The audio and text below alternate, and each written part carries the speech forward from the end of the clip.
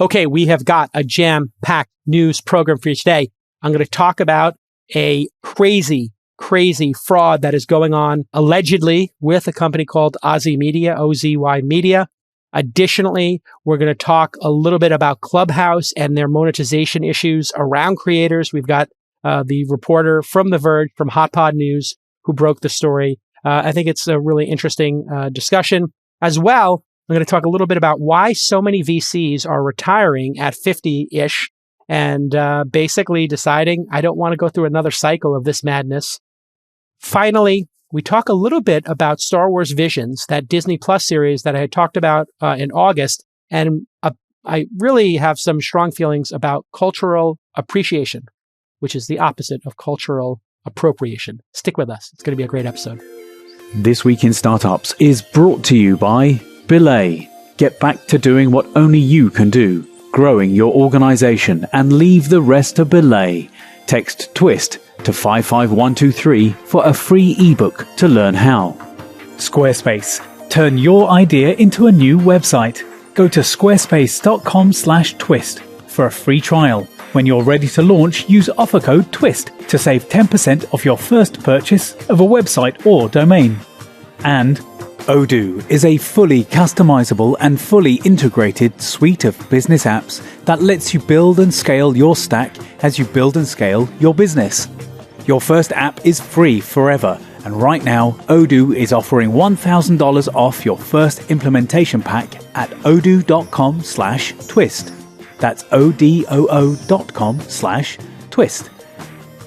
Okay, a media company called OZY Media that you probably haven't heard of had their COO, I kid you not, impersonate a YouTube executive while trying to close a $40 million investment from Goldman Sachs.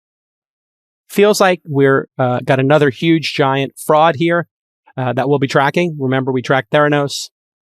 We've been tracking Tether. Feels like there's something fugazi going on over there.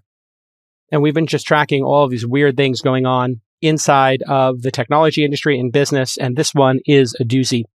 There is a media columnist at the New York Times named Ben Smith. If you're not familiar, he worked at BuzzFeed prior to this. And man, he's got the inside scoops. He's kind of fearless. And he will basically use his contacts to spill the tea on what's going on in media in a way that we haven't seen, I'd say, since Gawker. And, Gawker started, as horrible as it became, they did cover the media in New York, and Nick Denton's approach, as he told it to me, was whatever people are talking about at cocktail parties after work, but they're not writing in their columns the next day, that's what he wants to do. So he would just tell his young writers, beat writers, whatever you're talking about, just write it the next day. And they're like, but we don't have sources, whatever. Just write it, say it's a rumor, whatever. And he was sort of fast and loose. Ben Smith is a little tighter than that, but it's the same concept. What people are talking about at cocktail parties, what people are afraid to write. He writes in the New York Times in his Monday media column every day. Okay, so to give you background on OZY, which you probably don't know about, it is a digital media company, whatever that means. They produce a ton of newsletters, a ton of podcasts, YouTube shows, and in-person events, virtual events, and they make the majority of their revenue apparently from paid partnerships, which means sponsorships, which means advertising that's not tracked. Basically, when you hear partnerships, it means people are one-off paying for something, and maybe they're not looking at the ROI, the return on investment, exactly like they might on Facebook or Twitter when they're buying ads. They have licensed programming deals with a bunch of platforms: Hulu, Amazon, History Channel, PBS, BBC, YouTube. And supposedly they make 8 figures from OZY Fest. OZY Fest is according to Axios, which is a 2-day live event, which is kind of like comedy plus music plus discussion. So they're kind of taking like a little bit of TED, a little bit of Coachella, and a little bit of like, is it the Aspen Comedy Festival or Telluride? There's some comedy festival people go to where you just go see comedians back to back to back. I don't know what that would be like to go to a comedy festival and go to like 10 comedy shows in 3 or 4 days. Maybe that'd be interesting. I'm curious if anybody's ever been to that. So OZY Fest was postponed in 2019 and 2020. And in 2021, OZY is hosting 3 virtual festivals. Just a little side note, they were sued by Ozzy Osbourne's Ozfest back in 2017. I don't know if Ozzy won that, but when I first heard Ozfest, I thought it was Ozzy Osbourne's Ozfest, but spelt slightly differently. They launched in 2013, quote, as a Gen X dream of what millennial media ought to be. Earnest, policy-focused, inclusive, according to the New York Times article. In other words, my generation, people were born in the 70s and 80s, trying to think about what millennials who were born right before the year 2000, what they would want in a media company, policy-focused, woke, you get the idea. So in 2021, Axios reported that OZY Media did $50 million in revenue in 2020 and was profitable. Some more numbers that OZY gave Axios: revenue growth of 50% year over year for 4 years in a row.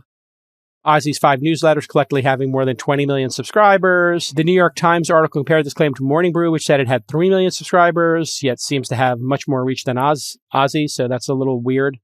And according to PitchBook, OZY has raised over 80 million since 2013, was last valued at 160 million in November of 2019. So that's the background. The co-founder, Carlos Watson, is the CEO and also their star talent. Watson has his own interview show, The Carlos Watson Show. I've never seen it. I'd never heard about him before OZY Media, and I'm in the media space, so it's a little weird. And he helps co-host other podcasts and shows on OZY. Quote from the New York Times article: Mr. Watson often disavowed an interest in turning the company into a vehicle for his own broadcasting talent, so he was dealing with that, same issue Oprah has Martha Stewart had, where they become the figureheads. That's what grows the brand, but then you become a bit of a liability. All right, so here's the story, and this is just bonkers. In 2021, Goldman Sachs was working on closing a $40 million investment into OZY Media, according to the New York Times. On February 2nd, OZY executives, including Watson, had a Zoom call booked with members of Goldman's investment team and YouTube's head of unscripted programming, Alex Piper. Piper was included on the call as part of Goldman's diligence to verify OZY's claims about their traction on YouTube. Piper was apparently running late and had trouble connecting to the Zoom call, so he suggested they do an old school conference call over the phone at the last minute. That's a little red flag, right? Because Zoom works every time. Like, conference calls don't work. That's why we all went to Zoom, because Zoom does work and is stable. So to go has anybody ever said, let's not do a Zoom, let's go back to the old conference calling system? That's never happened. That's not a thing. Super red flag for everybody at Goldman Sachs, clearly. So once everyone switched to the conference call, Piper allegedly told the team from Goldman, quote, OZY was a great success on YouTube, racking up significant views and ad dollars, and that Mr. Watson was as good a leader as he seemed to be. So, okay, now we're going to take a crazy turn. Quote from the New York Times article: as he spoke, however, the man's voice began to sound strange to the Goldman Sachs team. I thought it might have been digitally altered. What? After the meeting ended, someone from Goldman reached out to YouTube's Piper via their assistant, not via the Gmail address on the calendar invite. A Gmail address? Piper received the message, but was confused and told the investor that he had never spoken to them before. Dun, dun, dun. And that's not something you want to hear if you're Goldman Sachs, obviously. When YouTube learned that someone had apparently impersonated one of their executives at a business meeting, its security team started an investigation, obviously. And here's the quote from the New York Times article: within days, Mr. Watson had apologized profusely to Goldman Sachs, saying the voice on the call belonged to Samir Roa, the co-founder and chief operating officer of OZY. I hope I'm pronouncing that name. Rao or Roa? Rao, maybe. R-A-O. In an apology email to Goldman Sachs, OZY's CEO Carlos Watson, quote, said he attributed the incident to a mental health crisis and shared what he said were the details of Mr. Rao's diagnosis. Samir Rao took time off work after the incident, but is now back working at OZY, and the board never formally investigated the matter. One more crazy insight from the story: OZY was running full-page ads in the New York Times that were made to look like magazine covers, which you can see here. Notice right under Meet Carlos Watson is this quote attributed to Deadline: the best interviewer on TV. Twitter user and Vice correspondent Michael C. Moynihan did some digging and found the quote in a Deadline article. And the quote was said by OZY COO Samir Rao, not anyone at Deadline. And Samir is the same guy who impersonated the YouTube executive. So let that sink in. Now, we've talked before about frauds. When you are selling stock in a company and you're lying and you're doing it in we're not talking about massaging the numbers here. We're talking about fraud, impersonating another person, outright lying, this saying the person's the best person, interviewer on TV, and it's from Deadline. You could see somebody weaseling their way saying, oh yeah, no, it was a mistake. Somebody in the graphics department saw the quote. They didn't They should have put it was from us. We shouldn't have used it, but it was a mistake. No harm, no foul. But to create a Gmail address of a YouTube executive and then use a voice modulator in a premeditated fashion to get them off Zoom onto a conference call, this is like the premeditated murder. Like there's a difference between like somebody gets in a fight, they punch somebody in a bar fight and the person dies. It's like, well, I was drunk. I got in a bar fight. I didn't intend to kill them. Versus the person who's like, I went to the hardware store. I bought like ammonia. I bought plastic tarps and I'm a serial killer and I killed this person and then I buried them and, like, not to get graphic here, but premeditated. You understand what that means. So, OZY basically quoted themselves, but used a deadline as the cover. It's crazy. OZY's a private company, so numbers are hard to verify. This is what I do for a living as an angel investor. I do diligence. And right now, I think there is so much fraud going on in the private company space and in crypto that it's going to be a parade of perp walks in the next 3 or 4 years. We already saw that with crypto, right? All the crypto cases, the ICOs, all the fraud we talked about in crypto 5 years ago. You're starting to see BitConnect and all these other crazy people get pinched. The long arm of the law takes a little time, but when the hammer comes down, it comes down. And this grift is just unlike any I've seen. For so many leaders, there's a moment in your personal and professional life where you realize you're in your own way. Yes, you're the blocker. You need help, and that's exactly where Belay comes in. But delegating your bookkeeping to someone can be intimidating and scary. Imagine, though, how your business would transform if you didn't have to worry about producing reports and balance sheets, if you had more time, energy, and focus to work on things that only you can do, like your product or hiring. You could achieve bigger goals because you have the freedom to focus on what matters. Belay, the incredible organization revolutionizing productivity with their virtual assistant service for growing organizations, can help you. That's why they're giving our listeners a free download of The Cost of Not Doing Your Bookkeeping. Your finances are not the place to be experimenting, holding your breath, fingers crossed, and hoping for the best. So, if you're ready to wave the white flag on handling your red and black margins, let one of Belay's experienced remote bookkeepers help. Get back to doing what only you can do, growing your organization, and leave the bookkeeping to Belay. Just text TWIST to 55123 or visit belaysolutions.com/twist for your free download of The Cost of Not Doing Your Bookkeeping today. I was speaking to some people at my secret poker game, don't tell anybody about it, at the Code conference last night, and I was speaking to a lot of media people because a lot of media people come to the poker game and hang out with the executives in an off-the-record type forum. And so off the record, a bunch of media people told me explicitly that the reason this story did not come out sooner is because of the race issue. It turns out the founder is black, and there's very few founders of color running media companies. Therefore, this person explained it to me as the liberal media does not want to take down a black media executive. It's just a bad look for a bunch of white media reporters to do that. Like literally, this was told to me. This is not my opinion. This is a media person's opinion. And you know what? I did see that myself when Jason Blair happened.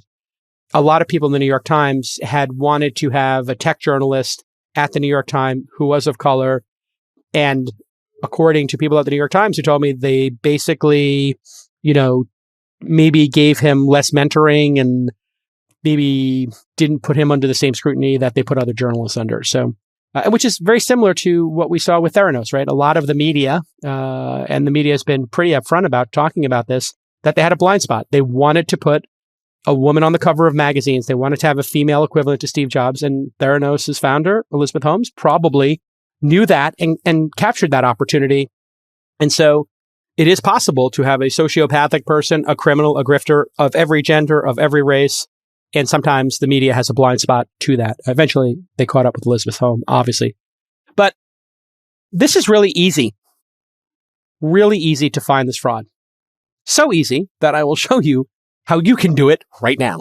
So if you go to, an episode like I had Mark Cuban on This Week in Startups, 31,000 views, 30 comments, 450 upvotes, seems normal. Mark Cuban appeared on Carlos Watson's show from August. The interview has 900,000 views, 30 times ours, but only 60 comments. So 2 times our video and 267 upvotes, about 40% less than our video. So that means somebody, in my estimation, set up a robot to reload the YouTube pages, right?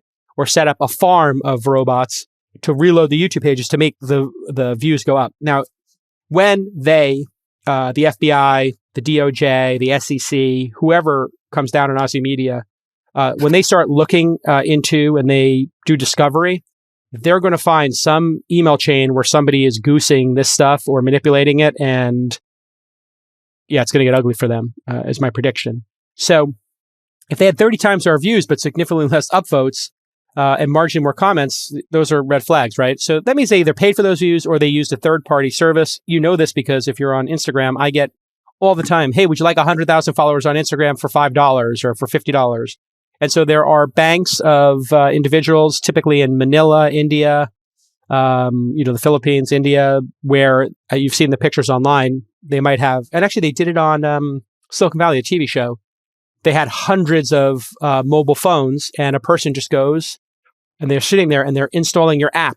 And so I remember in the early days of the App Store, there was a service that would download your app 3,000 times in a 24-hour period from IP addresses in the US, from iPhones, from Android phones, and you would basically, for $5,000, be able to rank in the top 100 apps. People go to the top 100 apps, they look for apps there, and then you get to catch actual organic growth.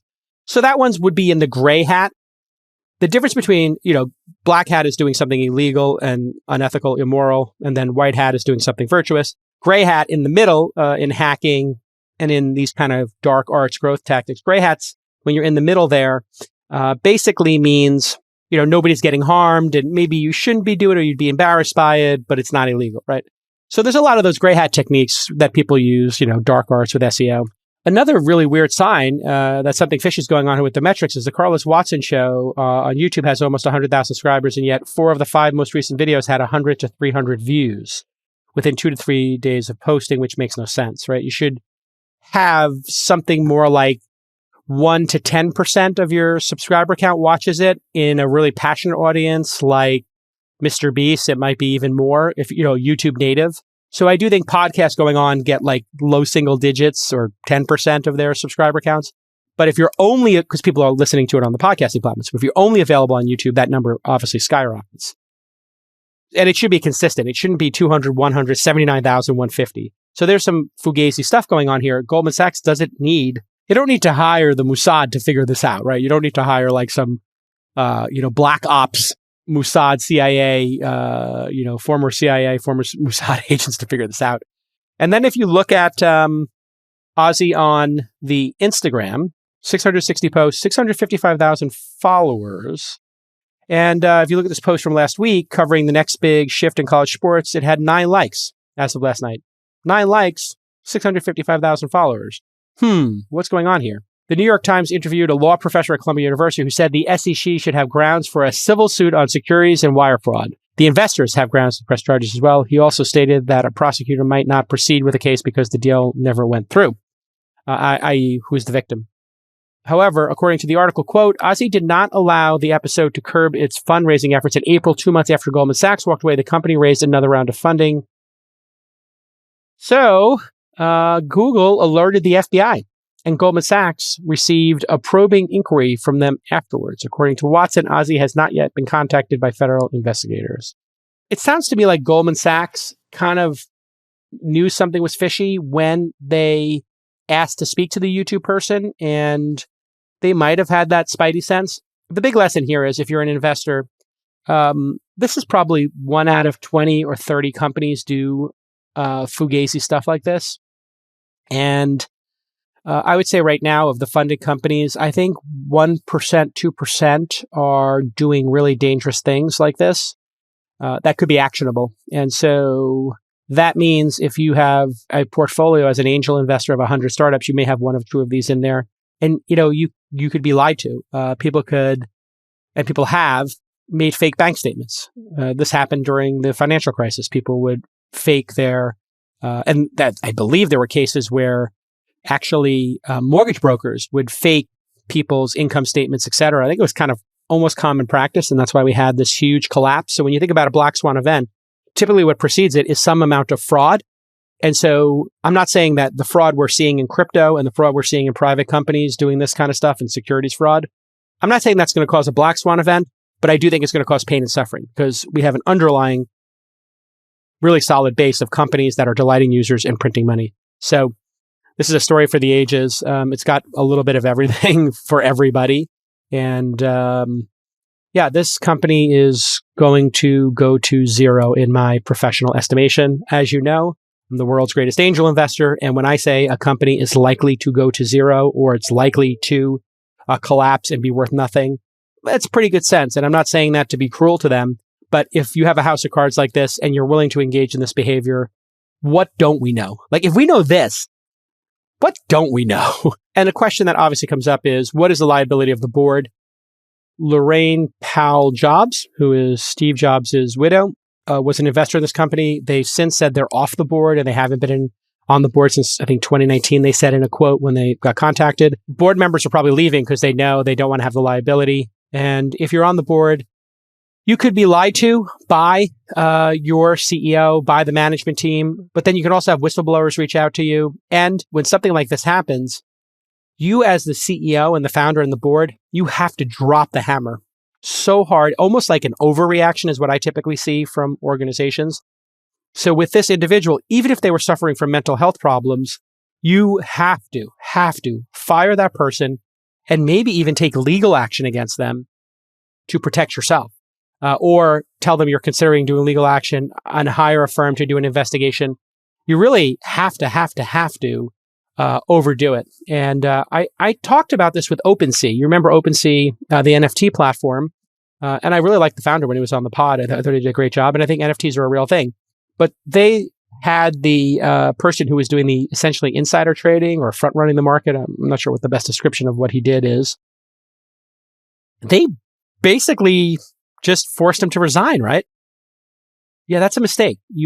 They should have taken legal action against him. I don't know if there is a case there. You have to take these things super seriously so that you rebuild trust. And if what OpenSea did by not taking legal action against that person, just forcing him to resign and having no sanctions, if they sued them for damages and they made them pay a settlement, like give back all their stock or, pay a fine or something or settlement, then they could say to the next employee or to their all employees, look, we don't want to take legal action against this person, but what they did is so far out of bounds, we did. We didn't want to, but we had to make an example of them, and we have to protect the business. We have to protect everybody's shares in this company, and we have to protect the ecosystem of NFT creators and buyers and collectors, right? That would have been a much better statement, but, sometimes CEOs take different approaches here, but, often you have to drop the hammer.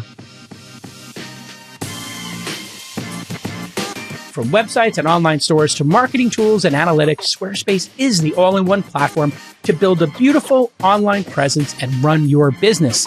With Squarespace, you can blog and publish content, you can promote your business, you can announce upcoming events or special projects, and you can sell products and services of all kinds and more. No matter what the problem, Squarespace is the answer. They have beautiful templates by world-class designers. That's kind of where they got started, and everybody noticed them like, whoa, look at these beautiful designs. But they've added so much functionality since that time, including powerful e-commerce functionality. And everything is optimized for mobile right out of the box. It's got built-in SEO, free and secure hosting, and of course, their 24/7 award-winning customer support. Back in 2020, we decided we'd create remotedemoday.com for founders to pitch thousands of angel investors over Zoom. Well, we purchased the domain name remotedemoday.com and had the site up and running within minutes. From idea to execution in just minutes, and incredible functionality so you can grow with them. And it's been a huge success for us so far. I mean, we've invested tens of millions of dollars. I kid you not. So go to squarespace.com/twist for a free trial. And when you're ready to launch, use offer code TWIST to save 10% off your first purchase of a website or domain. And congratulations to the team for going public on May 19th. What an amazing journey. It's been amazing to watch Squarespace grow and become such a vibrant company. And congratulations on that milestone. Okay, Clubhouse is having some monetization problems around their sponsorship of live rooms. And I think this is an important moment to pause and talk about why companies that have really high valuations have to be careful because they put themselves under a lot of scrutiny. And so Ashley Carman is a senior reporter who covers podcasting and audio at The Verge. And she just published an article, Clubhouse needs creators, but creators need cash. And she tweeted about the faltering creator program at Clubhouse this morning. New Clubhouse promised to match people in its creator program with brands to make their shows profitable. But according to 6 people I spoke with, none received sponsors. Of the 3/25 shows that might have, only one might have come through Clubhouse itself. So Clubhouse did an experiment called Clubhouse Creator First program. It was an accelerator for creators, and they promised to provide equipment. Great. What equipment do you need for Clubhouse? Like a headset, like I'm wearing here, $30. Guest matching. Help. I mean, that's really not a big deal. And quote, concept and creative development with the Clubhouse team. Ideas. Okay. This seems like a terrible idea, a terrible deal. As well as promotional support, including quote, design services for creative assets, whatever, like Canva, 15 minutes to make an invite, JPEG. Promotion with and off of Clubhouse. Okay. That could be meaningful. Support in building your audience. That could be meaningful. And most importantly, for long-term creators, Clubhouse said they would support by quote, providing a monthly stipend and matching you with brands so you can turn your idea into a profitable creative endeavor.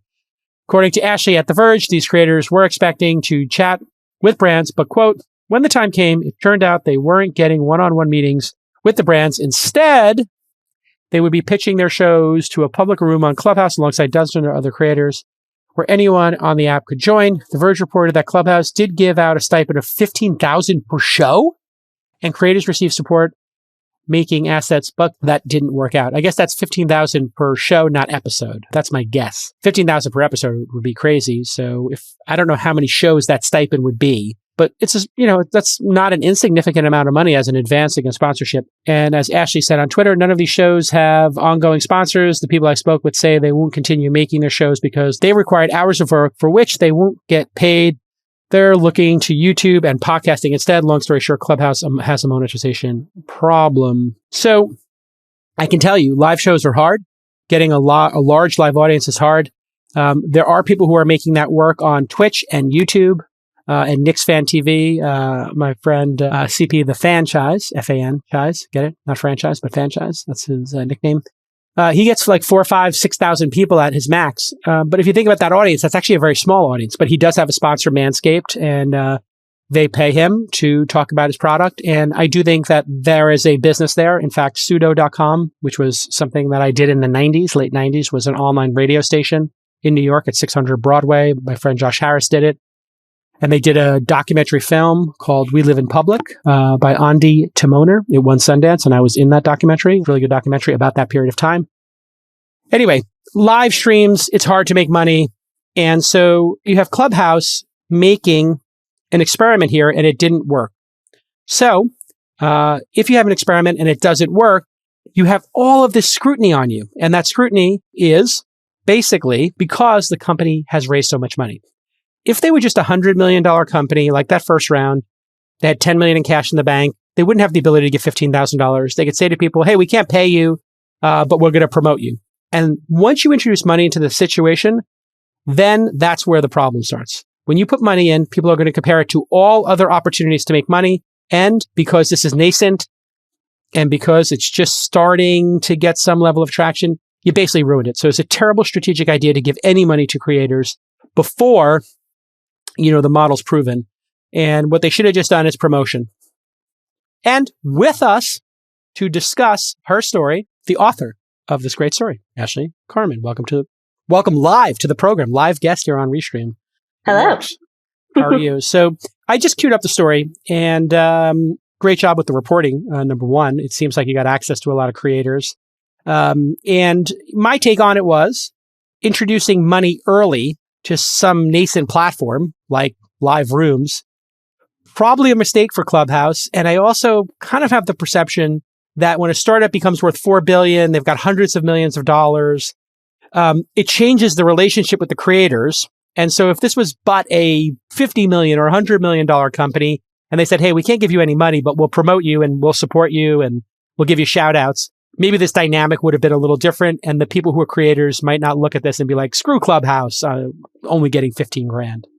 Yeah. I mean, I think beyond introducing money early, it's introducing these creator programs really early. We've seen the creator programs pop up with, like, Spotify does it for podcasters, but more broadly, we see Facebook doing it with $1 billion committed through 2022 to bring creators on. We've seen YouTube doing it for its TikTok competitor. Snapchat was giving away $1 million a day for a while to get people on its platform to do its TikTok competitor.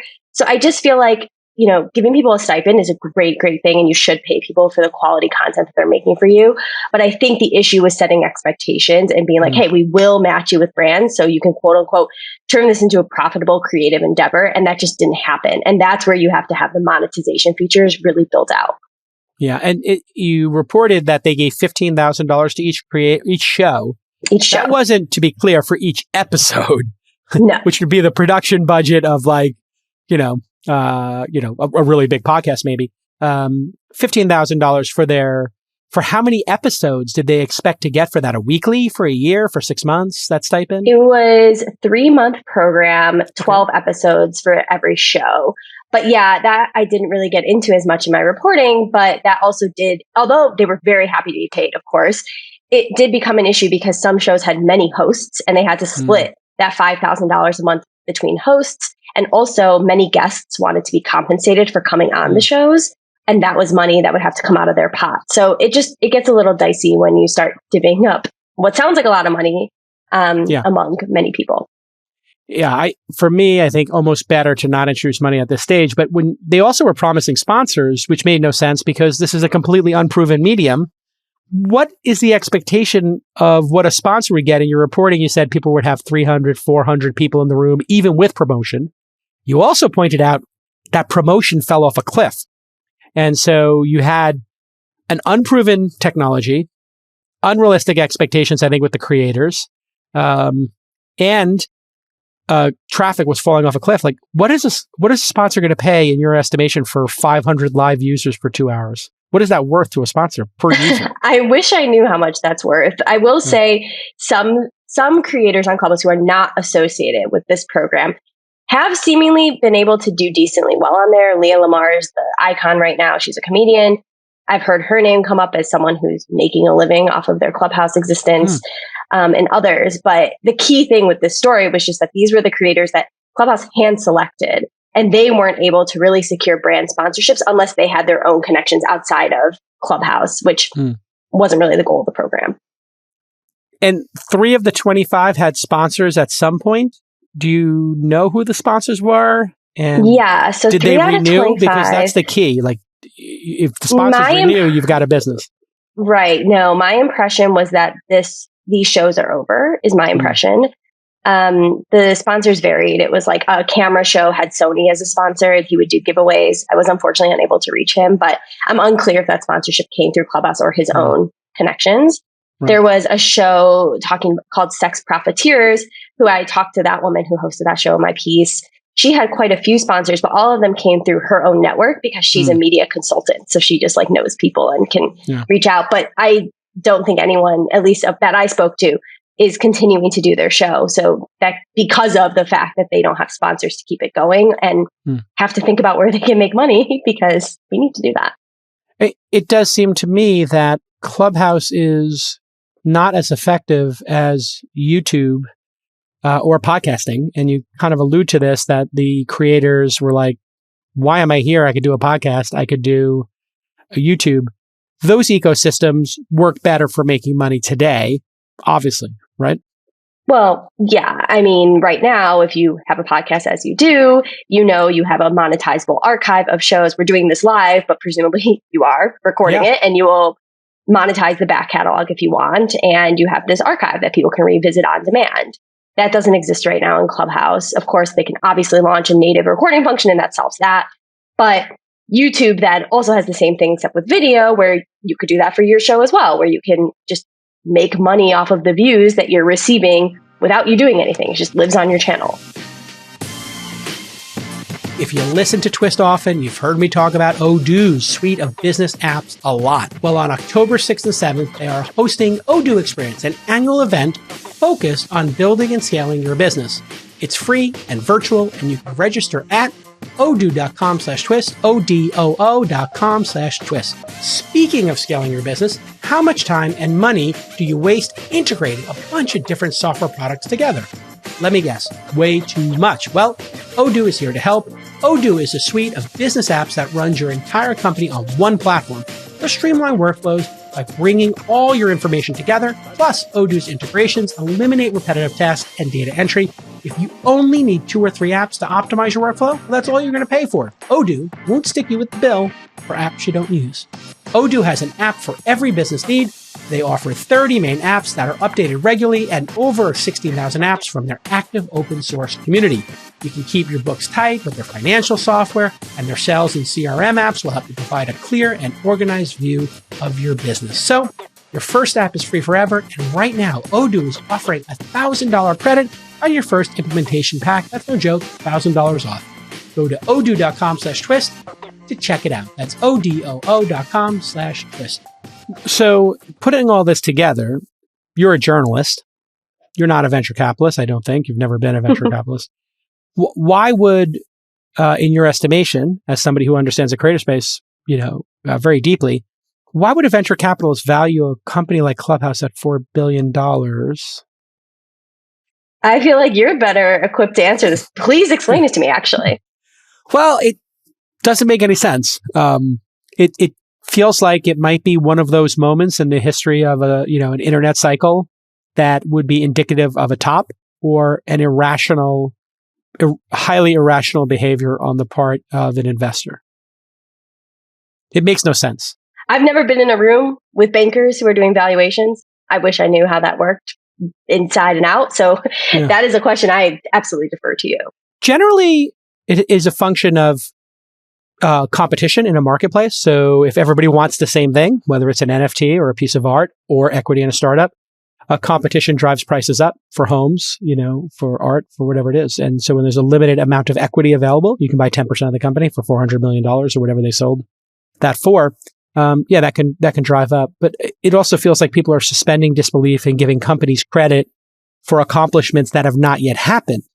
And, the press, I think, also is going to, if you think about what that high valuation has done, it has now become an albatross. It has now become just a backpack of cinder blocks for Clubhouse, because every creator is going to look at it and say, well, you're worth $4 billion. Like, why are you being so cheap? Now, they don't have $4 billion. The company is artificially valued at $4 billion, but they may have hundreds of millions. And so the creators have a point, like, F you, pay us. Keep paying us. And then, the press is going to be like, this company makes no sense. It's like Theranos. Like, once the press realizes that something doesn't make sense, they're going to keep investigating it. What is the outlook for, like, the actual content in your estimation? Because when I looked at Clubhouse, I got on there. I played with the platform a little bit. I did some funny stuff, but I'm good live.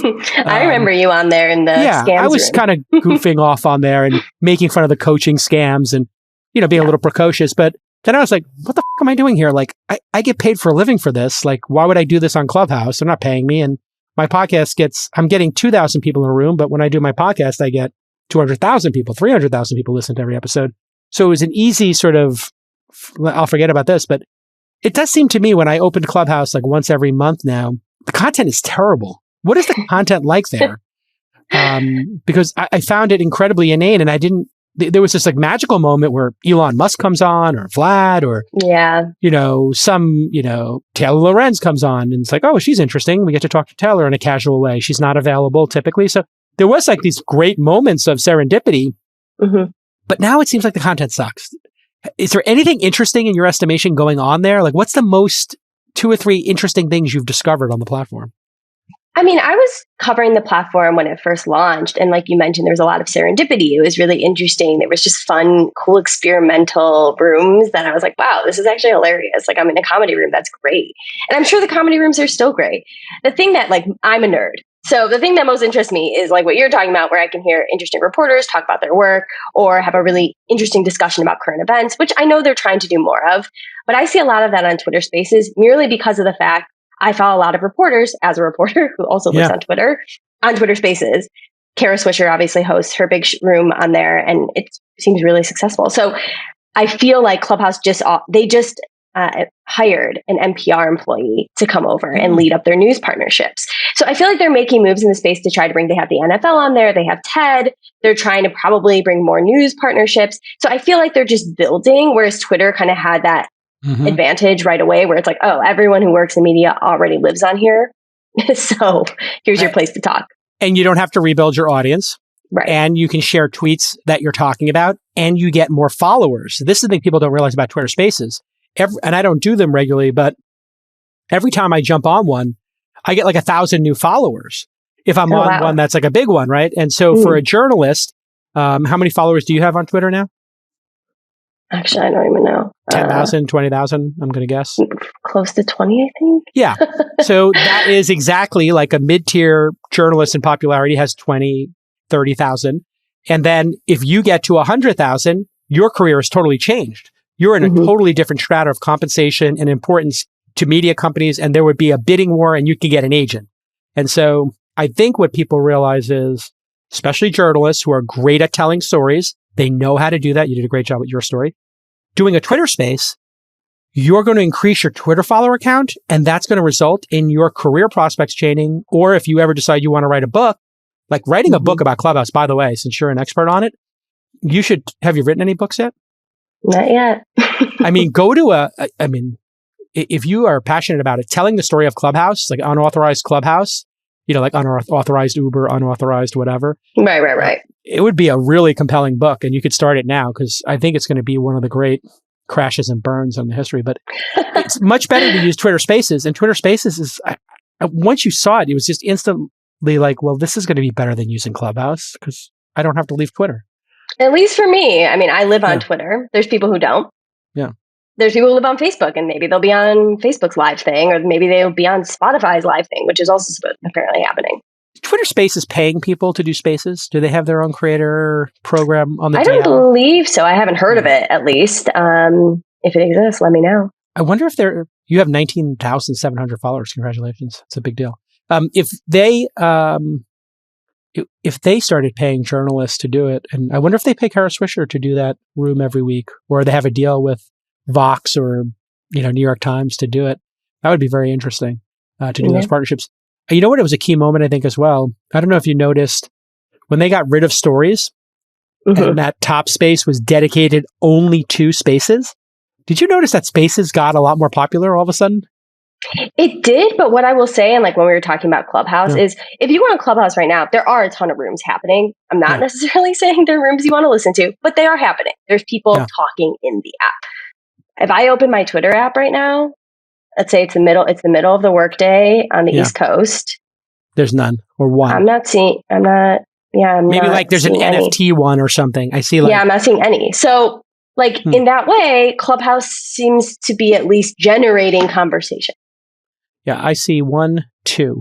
Illegal photography and boiler room. I don't know what that's about. 63 people in one, 485 in another. But I follow everybody on Twitter. But I think Twitter is going to pull something together here with, I don't know if you saw that review, their email client on your profile now. If you have a review mailing list, it puts it on your profile. So I just turned it on. Did you turn yours on yet? That's cool. I do a newsletter outside of review. You should still do it though, just to collect the emails. That's what I did. And I'm getting like 50 emails a week. So if you think about that over 10 years. It is a good pro tip. Maybe I'll elevate it. Yeah, it's kind of cool how it's a profile, but I think that's all going to come together in one thing. Who do you think has the best strategy on a go-forward basis working with creators? Who's doing the best job of courting, coveting, and just really making creators happy and drawing them in? Man, I rarely hear about happy creators, I'll be honest. As a class, they're generally... I feel like... Yeah.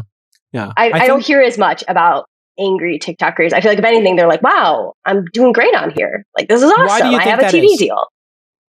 Why do you think that is? It could just be, I'm totally speculating. I have no idea. But I would think maybe it's because when they launched, it wasn't really billed as this creator platform. It was billed as, way back when, lip syncing and stuff. But now it was sort of just like short form video, really fun, loose, whatever. And and then it turned into a place you could make money. So I think that's always a nice little surprise there. I think there's a product decision they made that made it super appealing to creators, which is you don't have to build a follower account. If they put you in the algorithm on the mainstream, overnight you could have a million people see you. And I don't know why that hasn't gotten copied by the other platforms yet, of just saying like, this is exceptional content. Let's put it in front of 1 million people and just bless this person. And the next day they wake up with another 10,000 followers. Like, imagine if Twitter did that. They were like, this is a killer tweet thread. Let's just show it to people who don't follow the person. Screw it. We're just going to. Oh, they have like the discovery stuff. Instagram has a discovery page. It's not TikTok. Yeah. The TikTok revolution is the homepage, obviously. Yeah. All right. Well, listen, continued success. Thanks for jumping on the program. And thanks for educating us on Clubhouse. And do let us know when you do your next investigative story. And for sure. We'll debut it here. Can I plug my newsletter real quick? Yes, please do. I was about to ask you, where can people find you? I cover the podcasting and audio industry more broadly on HotPod. It's my newsletter that The Verge just acquired. So check it out. Is it hotpod.com, or if I just type hotpod newsletter into Google? If you go, you'll find it. It's also on theverge.com. Yeah, hotpodnews.com. And then we also have it on The Verge. I didn't realize that it got acquired. That's great. The Verge acquired, awesome. Fox Media acquired. Is it paid, HotPod, or is it free? We do 1 free a week and 2 paid. How's that working out? You think that's the future of these newsletters at big companies, is like a combo of paid and free, or do you think it should just all be free? I don't know. It's so new to me still. So you'll have to ask me in like 2 months. All right, everybody go check out HotPod News. Thanks for coming on the program. And tell everybody your Twitter handle too, so we can get you over 20,000.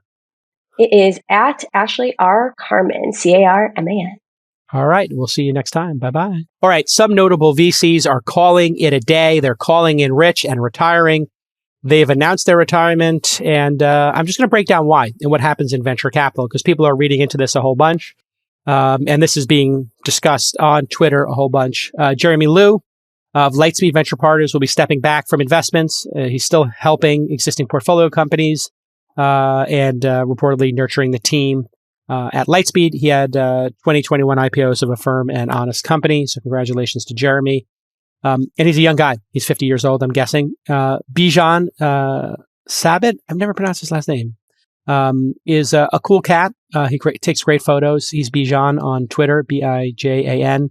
Takes beautiful photos of Nantucket, a place I've always aspired to own a home and spend the summer. So right now I'm 50. I never took any vacations. And last year I took that 3 weeks in Italy. And this year I want to do like 6 weeks in Italy, or I want to do Nantucket. Like, this is my dream, is to actually take a long vacation. And the pandemic has made me rethink, like, if I can work from anywhere. I'm in a hotel in Beverly Hills right now doing the show, right? I can work from anywhere. So he's stepping down, and he was on the board of Twitter, Tumblr, Trello, Stack Overflow, and he helped found Spark in 2004. Roger Ehrenberg of IA Ventures, whose notable investments include the Trade Desk and TransferWise. I haven't heard of those two companies. He'll no longer be making investments in new companies, and he's paring back board responsibilities after 17 years. And of course, my bestie, Bill Gurley, stepped down as a Benchmark GP at the completion of Benchmark's latest funds. He's into his 50s now, but it used to be that some folks, Doug Leone and Michael Moritz, still working at Sequoia, John Doerr at Kleiner Perkins, like Vinod Khosla. The Gen Xers and the boomers had to get dragged out. Like, they're not leaving. They're not going anywhere. The boomers in venture work until you drop. You love the job. You go to work. That's it. You have to get forced out of the building. And now I think we're seeing something new here. I do think this is going to be a trend. People are making, and a venture capitalist can make, 10, 20, $30 million to understand the math. If a company becomes worth 10 billion, if the venture firm earned 20% of the company and it became worth 10 billion, they have 20%. That's 2 billion. 2 billion. They get 20% of the gain. So just going to do this one more time. $10 billion exit. Venture firm owns 20% of the company, right? They bought that for some small amount of money. They now have $2 billion in returns for their LPs. They get 20% of that. 20% of that would be something like, if let's say that fund had deployed 300 million. So you have 1.7 billion left. 20% of 1.7 billion is 170 million times 2. It's 340 million. You have 5 partners, and then maybe the team. The team counts essentially as a 6th partner. They may get 10, 15% of all the carry. means each person is going to get a fifth of $300 million, something in that range. And so that's $60 million. You pay all your taxes and you wind up with $30 million. What do you think happens to somebody who has been dealing with growing these companies and then in their bank account, after they pay their taxes, they got $30 million? You make 5% on your money. That means every year you throw off $1.5 million in interest and you can live off of $100,000 a year and never touch the principal, let alone if you touch the principal. That's the honest math that nobody will ever say to you. I'm just telling you that. Like, it's easy to do this math, but nobody talks about it. That's what you're seeing here. These individuals made tens of millions of dollars as venture capitalists, and they're sitting there at 50. And I think the pandemic has a lot to do with it. The pandemic made a lot of people who were very strong or thought they were strong, very depressed, very anxious, and made them rethink their life.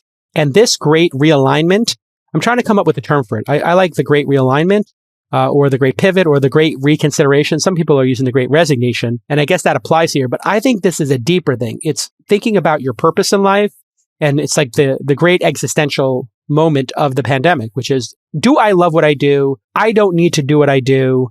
I can do whatever I want. I have the means to do whatever I want. And so anybody who has the means, it could be somebody who's a young person in crypto. It could be somebody who bought GameStop. For a 22-year-old who has $100,000 and they're staying at Airbnbs and their rent's $1,000 a month, this math I'm talking about is kind of similar, isn't it? They're like, well, why should I go work for JCal, like, and have him pushing me and giving me a hard time and make me do my start a day, end a day, and build my career? A lot of people are just opting out of that. And I think that's okay. I think it's okay for people to do what is in their heart and what's best for them. And so Joe Lonsdale, who was on the program recently, got into a discussion with Austin Allred from Lambda School. He was on episode 823 and 1033, and we made a small investment. I think I put $100,000 into Lambda School just as a, supporting his vision, because I think he's super cool and I think he's smart and I think it's a great thing he's doing for society, Austin. I know that they've had some challenges, but all startups have challenges, and I think he's figuring them out. Joe Lonsdale says, yeah, many who have been in VC for a long time have made a huge amount of money the last couple of years, and the game is changing. Things are a lot more expensive and faster, and the founder VC dynamic is in flux. Price of money and ecosystem has shifted. It's a new era. And Austin says, what do you mean? And Joe says, we've had to change our process for a lot of rounds. Often no time for the get to know you over a month or many of the formalities. We have to go way faster, prove top reputation in an area and value to the entrepreneur immediately and very quickly, and trusted relationships. And, I think it's directionally correct, but what I wrote back is to Joe, and I'm trying to stay on this Twitter break, but I got sucked back in because I wanted to socialize with people. Let's be honest, folks are skipping a lot of steps and paying prices that assume perfect execution and massive adoption. And that's actually, I think, another part of this. So you secured the bag. Now you're looking at a space where people, we're at the top of the market. You're going to have a whole nother cycle. So this market will crash at some point, and then the cycle will start anew. And you have to say, am I on board for that? And then right now, people are not doing diligence. They're not getting to know founders.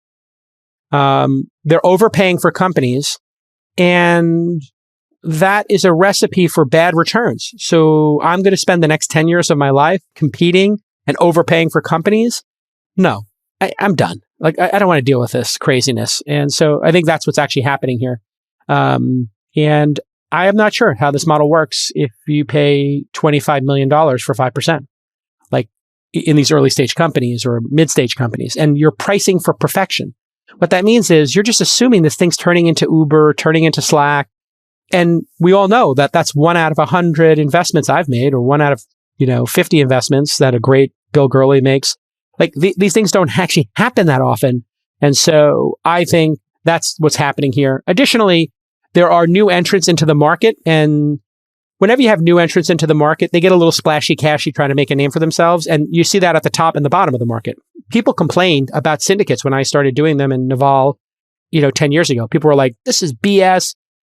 Screw Y Combinator, screw syndicates, screw AngelList, screw equity crowdfunding. They're ruining venture capital. And now those are pillars of venture capital. YC, Techstars, Launch Accelerator, AngelList, thesyndicate.com, Republic, Seed Invest. These are the pillars of early stage. And now they're like, Casey Newton, I saw him last night. We had a nice conversation, who trashed Superhuman. he's like, you can't feel good about your CEO, like starting a rolling fund or whatever. And I'm like, yeah, I know he's got a partner who does it. And, he's entitled to do it on the margins. Like, yeah, would I rather he be 100% focused on the startup? I guess. But would I rather he quit and become a venture capitalist full time? I'd rather he do Superhuman and keep going and spend 10% of his time on investing.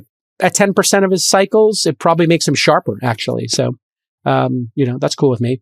Anyway, long term, I think that this rolling funds was my point here. Rolling funds are being derided now as like, oh, these kids with their rolling funds, get off my lawn. And then TPG, you're coming down, and Cotu, and you're overpaying, and Greylock started a $500 million fund just for seed. It's like everybody's complaining, oh, ICOs, yada, yada, get off my lawn.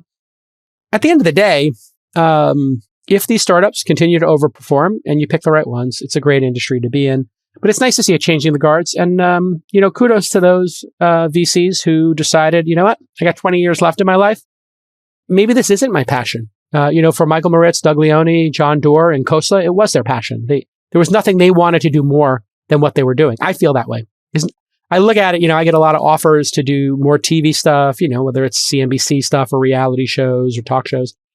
I kind of like this.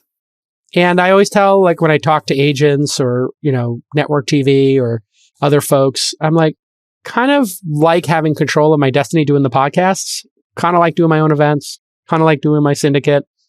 Yeah, I could work at a big venture firm, could take it easy, could work at a, do network television or be a CNBC correspondent or a Bloomberg correspondent and take this show, and instead of doing it here, be an anchor.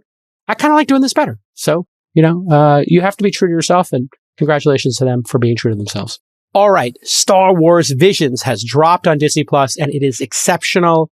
And I want to talk about cultural appropriation. And you remember back on episode 1267, I was talking about cultural sharing versus cultural appropriation.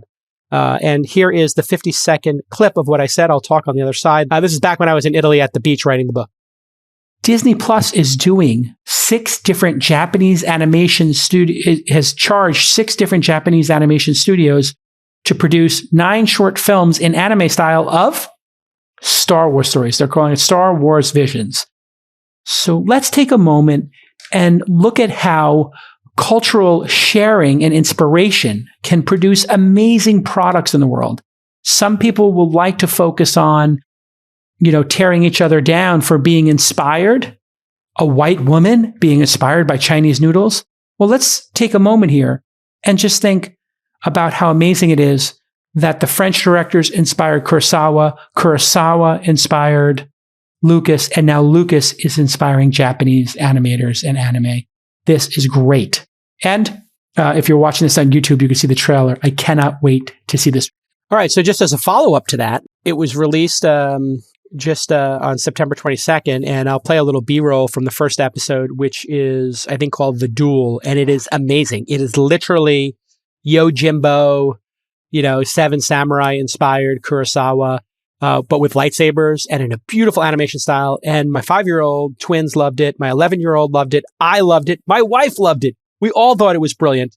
And I want to just one more time talk to you about how wonderful and beautiful the world can be, and how the people on social media who are complainers and whiners frame it in a negative fashion to get likes and to virtue signal, and how we should all collectively as a society ignore these whiners who are trying to create strife in our society. And we should think about the builders and the creators and what they're doing.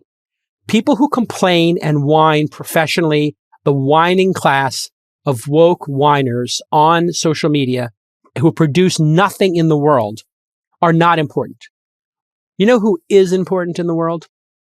The designers, the artists, the writers, the creators, the entrepreneurs, the studios, the people who manifest beauty and services and products that inspire us and make us want to wake up every day.